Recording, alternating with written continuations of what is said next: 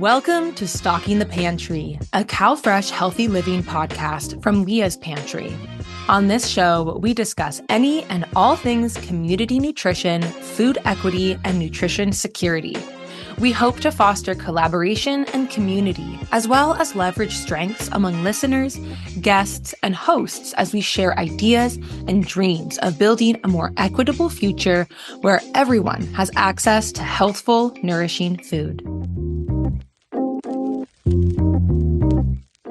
Hey, Carlos and T. Hey, Colby. Hey, everybody. Happy New Year. I am so excited to dive into our third season of Stocking the Pantry. I can hardly believe we've made it this far. So for those of you who are new here, this podcast is a product of Leah's Pantry, a leader in trauma-informed nutrition, in partnership with CalFresh Healthy Living. Leah's Pantry is a California-based nonprofit with a nationwide footprint in community nutrition. We generate curriculum, trainings, and thoughtful conversations about trauma, resilience, and nourishment. That's right. On our show, we aim to highlight the experiences of Supplemental Nutrition Assistance Program educators, aka SNAP-Ed, and people doing great work in their communities in the world of food security and social services. Through interviewing professionals and sharing stories with our listeners, we hope we can all learn from each other and continue providing care and education through a trauma-informed lens. And here we are at our highlights episode, which is a tradition we've developed over the last couple of seasons. And it's just really a great way for our new listeners to get a snippet of what our show is all about. And it's also good for people like me who sometimes forget what we ate for lunch yesterday. A little refresher can go a long way. I feel that. I think a refresher would be great. Before we jump into the highlights, we want to reintroduce ourselves for y'all. Take it away, T. Well, I came to Leah's Pantry in 2022 with a background in nutrition science and art. And I must say, I have grown tremendously these past 3 years through my position as a senior program coordinator and podcast host. So specifically what that means for me is I coordinate and facilitate curriculum and capacity building trainings, provide slide design support, host our podcast, of course, and serve on various internal committees that I feel really help to foster an inclusive community at our growing nonprofit.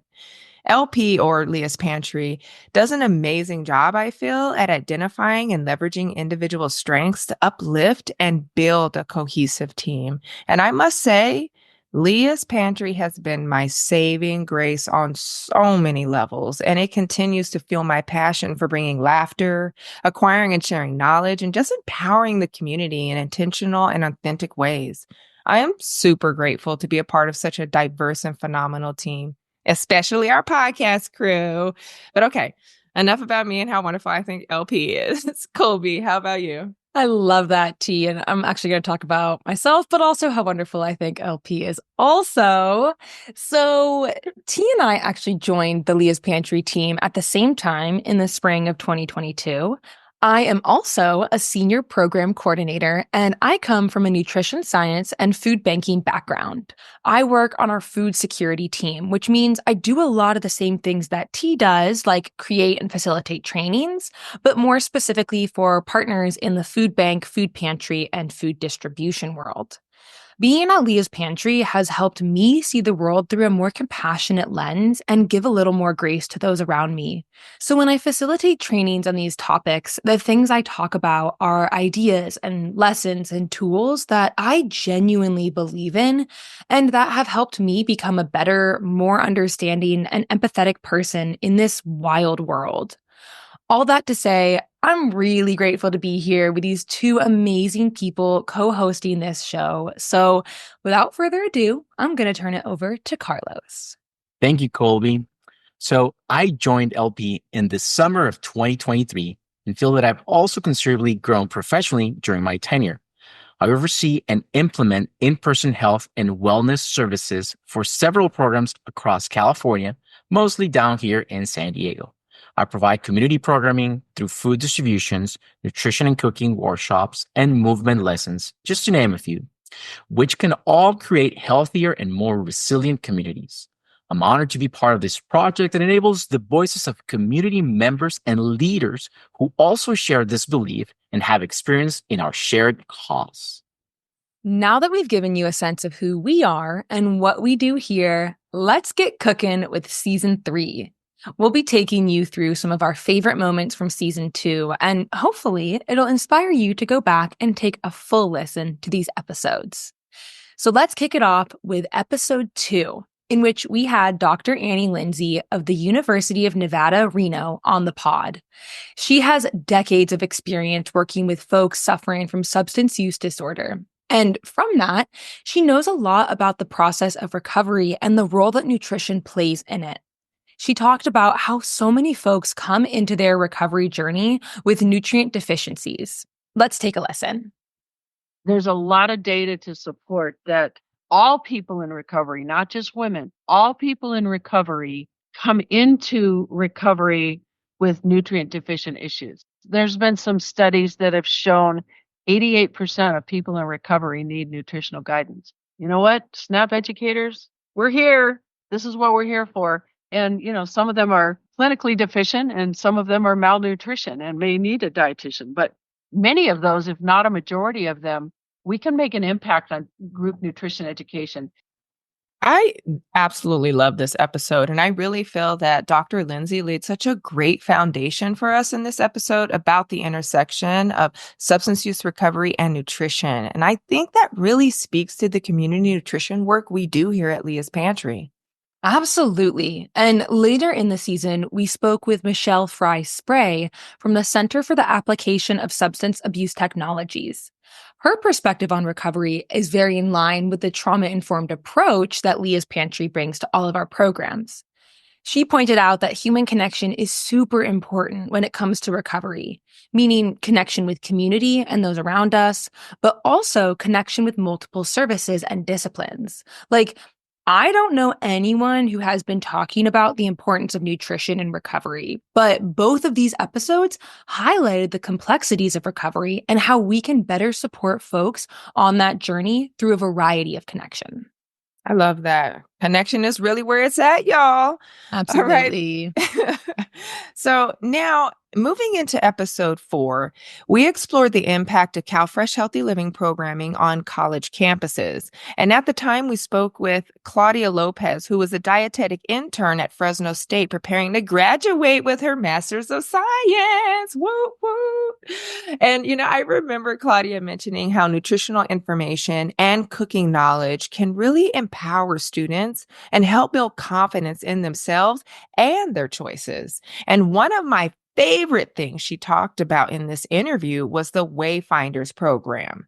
So in short, Wayfinders is a program supporting young adults with intellectual and or developmental disabilities. And over at Fresno State, Wayfinder students get a chance to take classes, live in student apartments, and get work experience. And Claudia shared that Wayfinder students participated in their cooking classes through CalFresh Healthy Living workshops, and that was really something magical.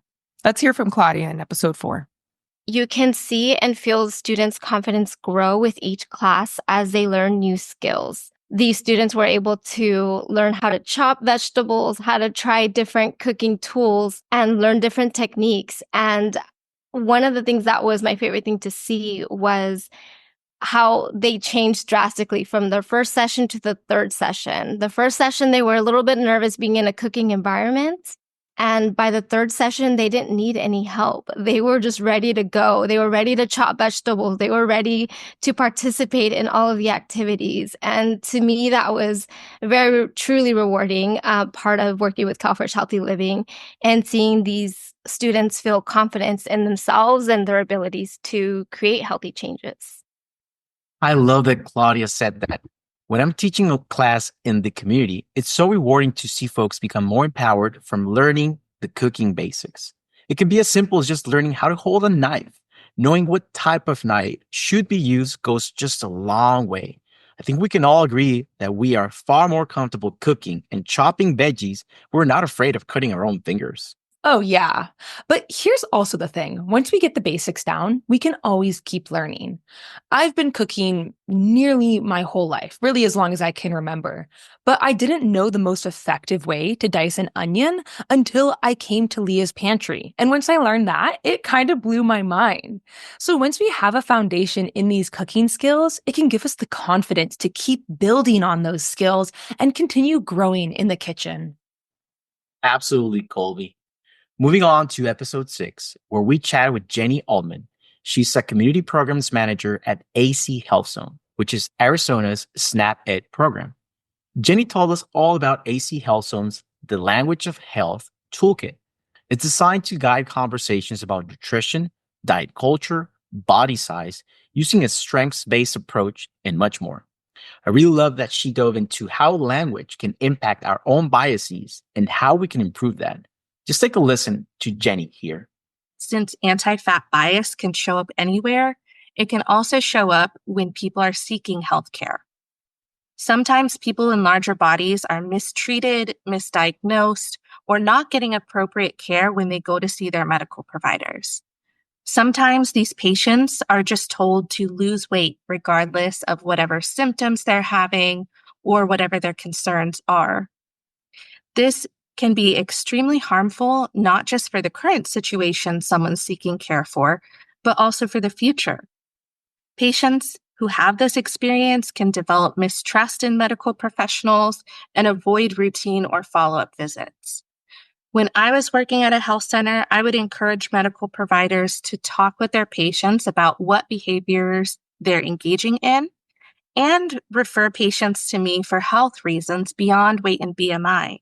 Because as we know, weight is not an accurate indicator of health status.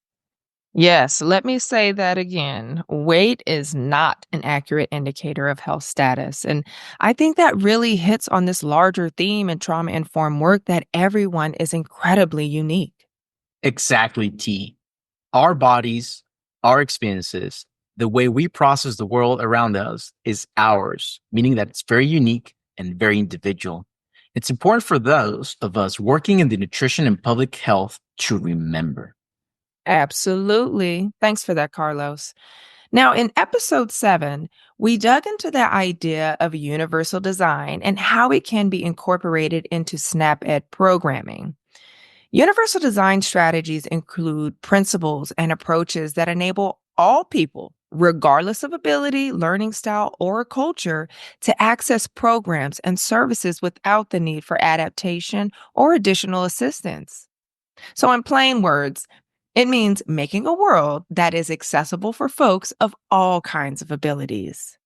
To learn more about what this means, we chatted with Lindsey Mullis, the Inclusive Health and Wellness Director at the University of Kentucky Human Development Institute.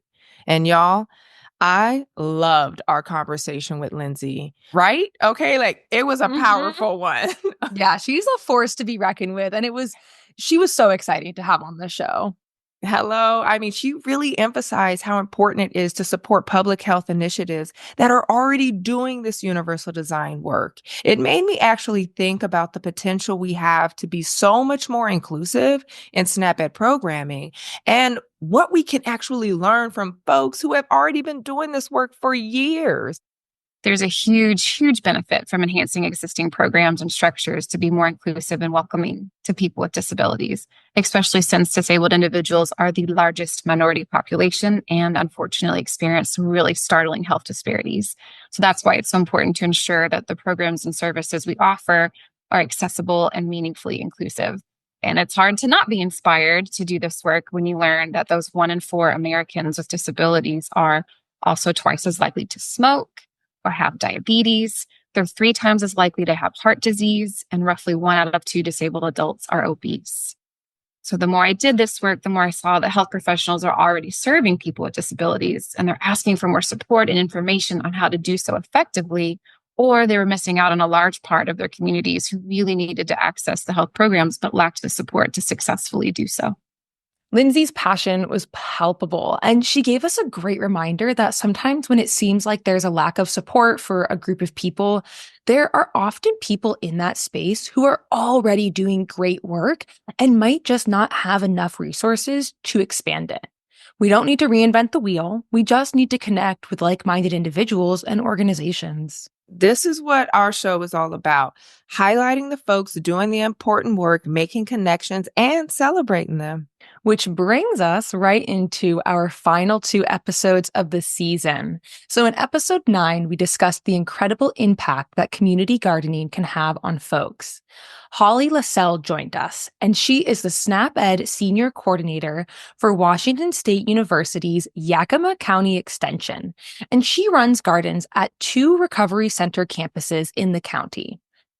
And y'all, talking with Holly was one of my favorite moments from this season, and I think everyone's going to hear why when we play this clip. As an avid gardener, Holly's perspective really hit home with me. But enough from me. I'm going to let Holly take it from here. Having the access to something that is less clinical and yet allows these people in substance use recovery to continue to develop social skills is huge. I mean, it is one of the things that time and time again, the employees of these treatment centers bring up to me.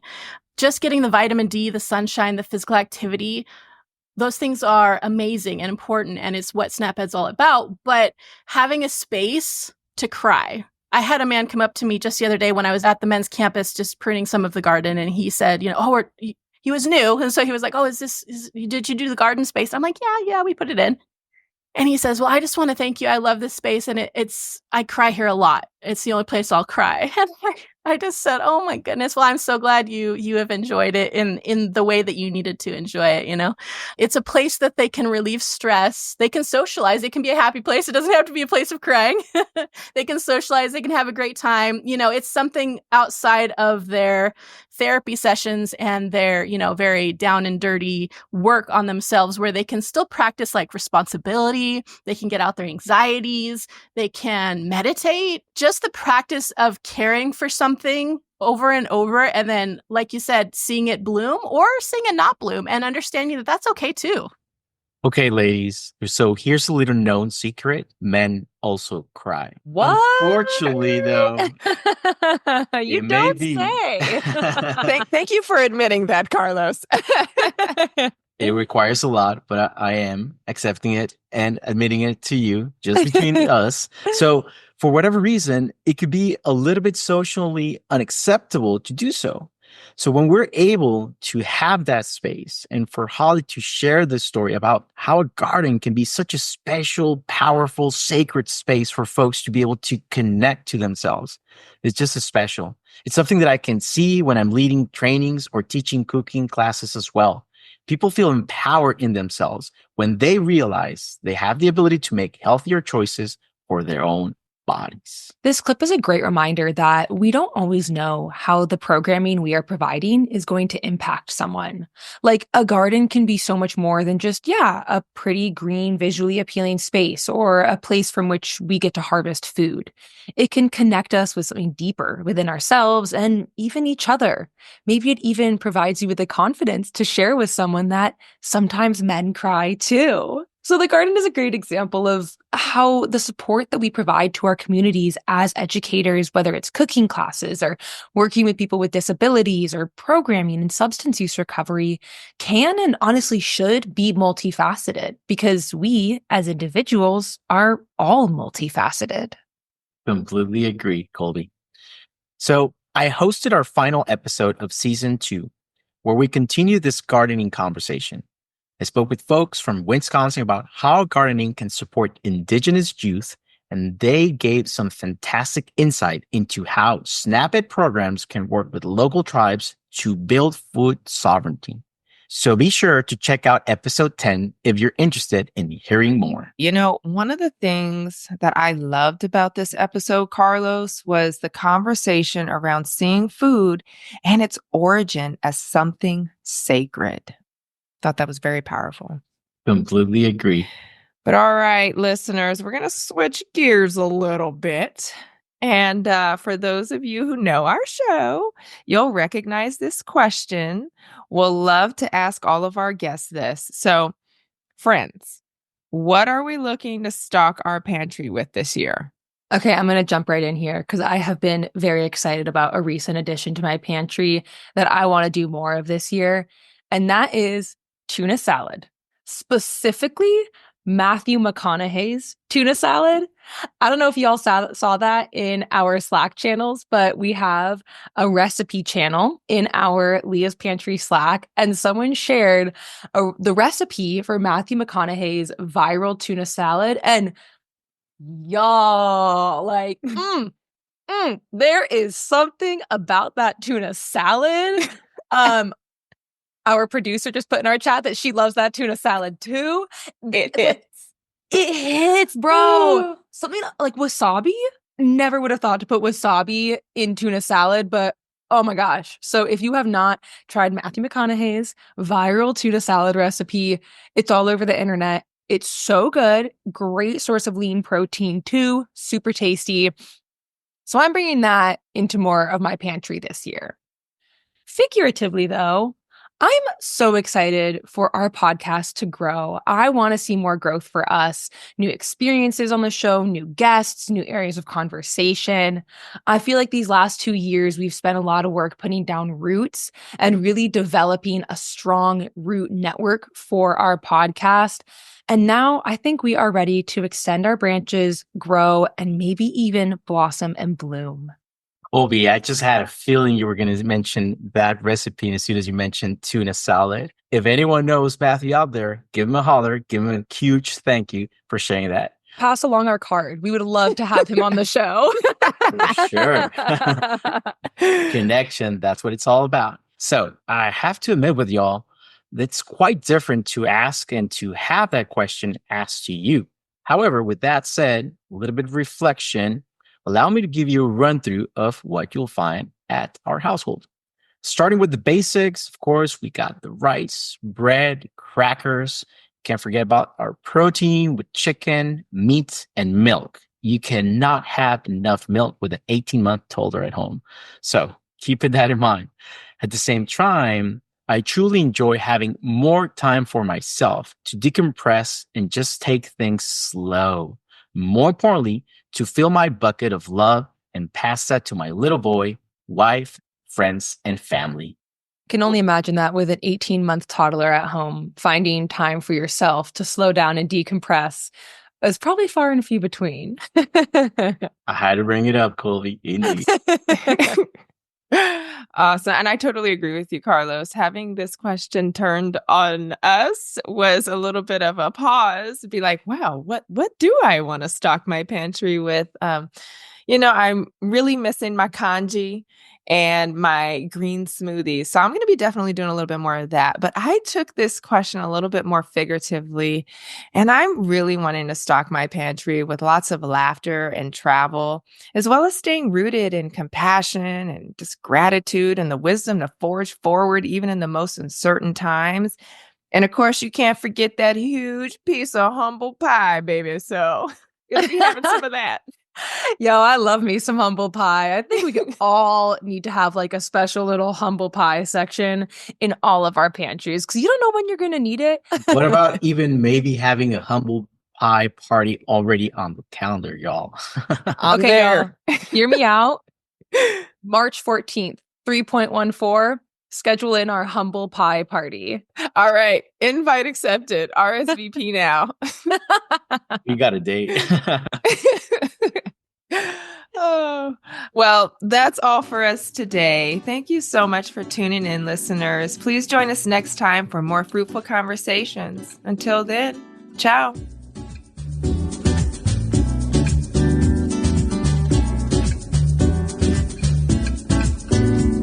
Thank you so much for hanging with us. Do you know a thought leader or someone doing great work in your community? We would love to interview them, and we would love to hear from you.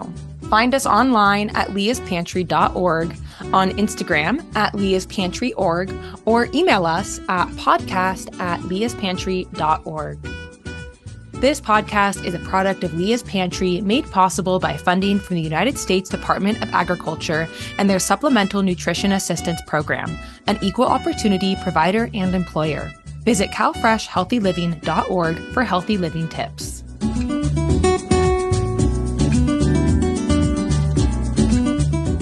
Stocking the Pantry invites guests with a wide variety of opinions and perspectives. Guest opinions are their own and do not represent the views of Leah's Pantry.